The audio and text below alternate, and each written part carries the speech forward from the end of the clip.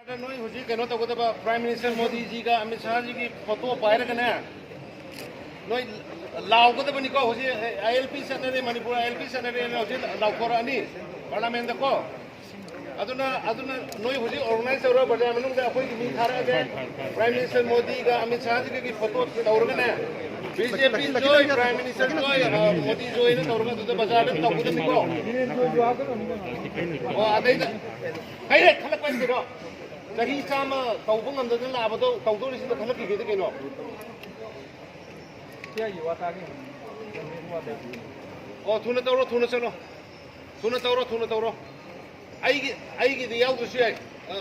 leader अनि the याव रे अदगी आइना सिगी लमदेंगी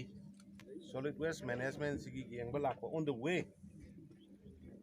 honorable union home minister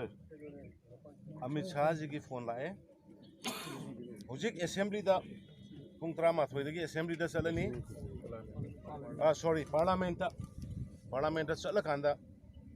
manipur pumba manipur ki praja lakh kaya sina sahi kaya sumna laurga lakpa aikogi indigenous population कंजुनबगी अदुगुम्बा ILP और मसीगा मानवा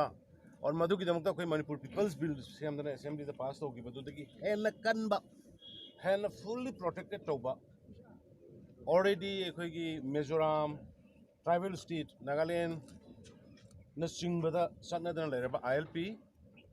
मणिपुर द एक्सटेंड तौरगनी हाइदना लाउथोनी अदुना मणिपुर की प्रजा पुनमक अदुगा बीजेपी की कार्यकर्ता पुनमक लंबी द थोगा honourable prime minister Modi ji की honourable union home minister Amit Shah ji की मणिपुर की दमकता अखोइना मंगदब मंगदब पोचक खरा तौबिरपगदमक मदुगी थागतपा मदुगी हरावबदो लंबी लमसांग पुनमकता